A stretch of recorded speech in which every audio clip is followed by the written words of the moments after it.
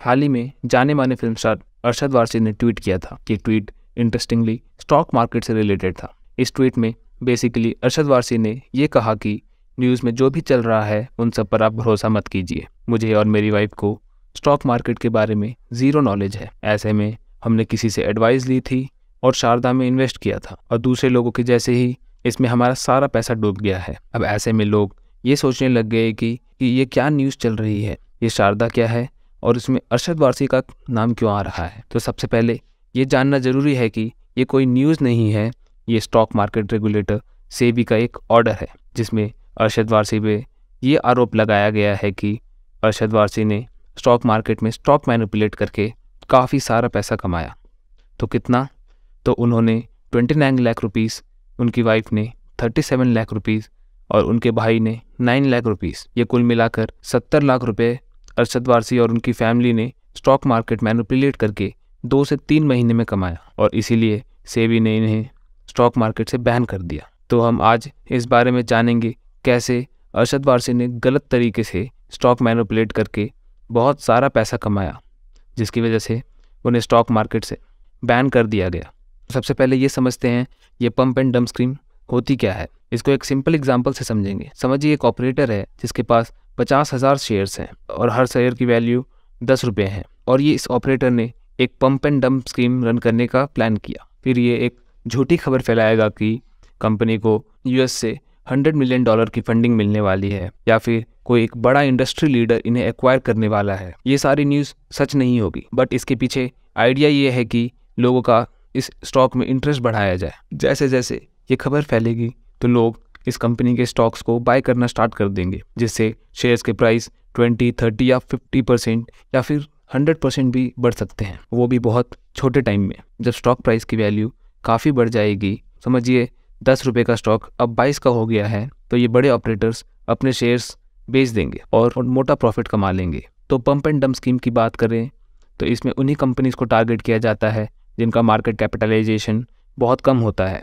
Generally ये value 100 से 200 करोड़ के बीच में होती है, क्योंकि अगर 100-200 करोड़ वाली कंपनी है उसमें 2-3 करोड़ के भी ट्रेड हो जाए तो शेयर प्राइस में बहुत ज़्यादा फ्लक्चुएशन देखने को मिलता है। इसीलिए इन्हें मैनिपुलेट करना बहुत आसान होता है। वहीं बड़ी कंपनीज जैसे टीसीएस, इन्फोसिस या रिलायंस इंडस्ट्रीज को तो इसमें मैनिपुलेट करने के लिए आपको बिलियंस ऑफ डॉलर्स लगेंगे। तो आपको पंप एंड डंप तो समझ आ गया होगा, जहां पर पहले स्टॉक के प्राइस को पंप किया जाता है और बाद में हाई प्राइस में शेयर्स को डंप करके वहां से एग्जिट ली जाती है और पैसा कमाया जाता है। तो चलिए अब बढ़ते हैं अपने अरशद वारसी और यूट्यूब के केस की तरफ। तो हुआ ये कि जुलाई 2022 के करीब बहुत सारी यूट्यूब एड्स लोगों को आने लगे, जिसमें एक आदमी बिना अपना फेस दिखाए ये बता रहा था कि साधना ब्रॉडकास्ट नाम की एक कंपनी है जिसको बहुत बड़ा एक कॉन्ट्रैक्ट मिल गया है।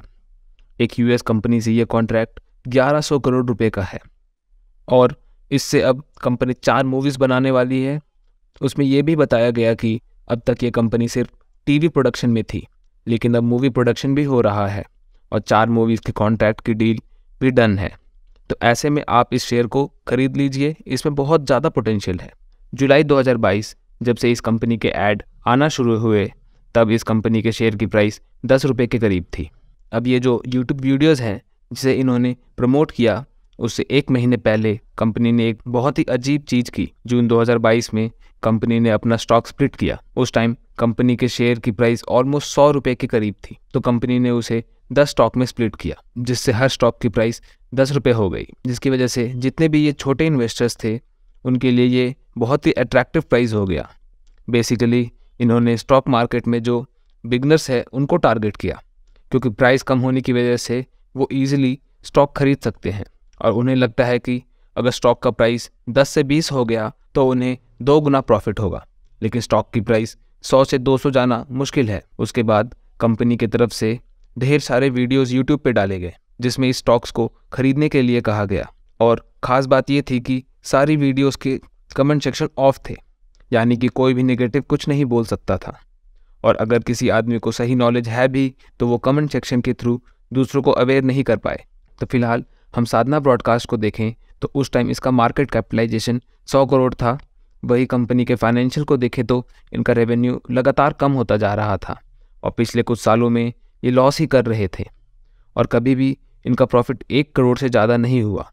कंपनी ने ये स्कीम प्रमोट करने के लिए लगभग 1 करोड़ के एड्स यूट्यूब पे चलाए और कई सारे लोग इसमें फंसने लगे। फिर अगले 2-3 महीनों में स्टॉक की प्राइस पंप होकर 30 रुपये तक चली गई और फिर धीरे धीरे प्रमोटर्स ने अपने पैसे इसमें से निकालना शुरू कर दिया और अब स्टॉक की प्राइस 5 रुपये से भी कम आ गई है। तो अब सवाल उठता है कि इसमें अरशद वारसी का क्या लेना देना है और ये पूरा मामला बाहर कैसे आया। तो चलिए इसके बारे में बात करते हैं। तो हुआ ये कि बहुत ज़्यादा एड्स जब यूट्यूब पे दिखने लगे तो इसके बाद कुछ लोगों ने सेबी में कंप्लेन की। सेबी में कंप्लेन होने के बाद जब सेबी ने इन्वेस्टिगेशन चालू किया तो सेबी का ये कहना है कि ये जो साधना का पूरा मामला है इसमें कंपनी के प्रमोटर्स भी शामिल हैं। और जहाँ तक अरशद वारसी की बात है तो अरशद वारसी ने जो भी शारदा ब्रॉडकास्ट के शेयर पंप करने से पहले खरीद लिए थे उन्हें 3 अगस्त 2022 को बेच दिया। कितने शेयर्स? 3,04,366 शेयर्स। और उनकी वाइफ ने भी 5 अगस्त को उनके शेयर्स बेच दिए। उसके बाद अरशद वारसी की वाइफ ने 2 सितंबर 2022 को गौरव गुप्ता से और अरशद वारसी ने भी उसी दिन गौरव गुप्ता से 2 लाख शेयर्स खरीद लिए। अब ये जो गौरव गुप्ता है ये साधना ब्रॉडकास्ट का प्रमोटर है और इस पूरे मैनिपुलेशन से गौरव गुप्ता ने 7 करोड़ का प्रॉफिट कमाया है। अरशद वारसी, उनकी वाइफ और उनके भाई ने करीब 70 लाख का प्रॉफिट कमाया है। ये सेबी की रिपोर्ट में कहा गया है। सेबी ने इस पर एक्शन लेना शुरू कर दिया है और कुछ के अकाउंट भी फ्रीज कर दिए गए हैं और इनको बोला गया है जो आपको प्रॉफिट आया है वो आपको सेबी को वापस करना पड़ेगा। लेकिन इन सब में लॉस हुआ तो सिर्फ छोटे इन्वेस्टर्स का, जिन्होंने अपना पैसा इस मैनिपुलेशन के कारण खो दिया। धन्यवाद, मिलेंगे अगले वीडियो में।